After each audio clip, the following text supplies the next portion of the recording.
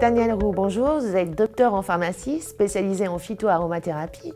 Vous êtes aussi rédactrice en chef d'une revue intitulée La phytothérapie européenne. Vous venez aujourd'hui de nous parler de votre dernier livre, paru aux éditions Alpen, consacré aux huiles essentielles. Peut-on soigner toutes les angines grâce aux huiles essentielles? A priori, on pourrait soigner la plupart des angines, mais il faut être très prudent. L'angine peut être une maladie grave, puisqu'on peut avoir affaire à un germe qui s'appelle un streptocoque bêta-hémolytique du groupe A, qui conduit à des complications très graves. Mais, rassurez-vous, la plupart des angines sont virales. Cependant, on conseille aux médecins, et bientôt les pharmaciens feront le test, ce qu'on appelle un test de diagnostic rapide ou TDR, qui permet de déterminer le type d'angine. Et lorsque c'est négatif, là, on peut vraiment faire appel aux huiles essentielles. Quelles sont les huiles essentielles que l'on peut utiliser?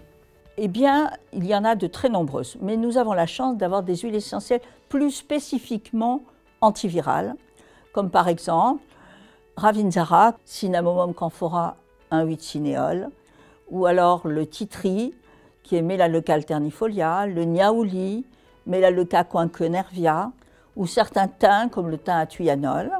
Ces huiles essentielles vont pouvoir traiter la plupart des angines d'origine virale. Y a-t-il des contre-indications? Oui, il y a des contre-indications. La première, c'est une réaction allergique, par exemple. Alors, comment on fait?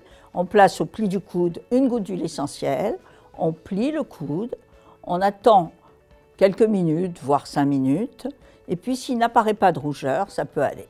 Ensuite, il faut savoir qu'il existe dans les huiles essentielles des principes actifs agressifs, les phénols, les aldéhydes aromatiques.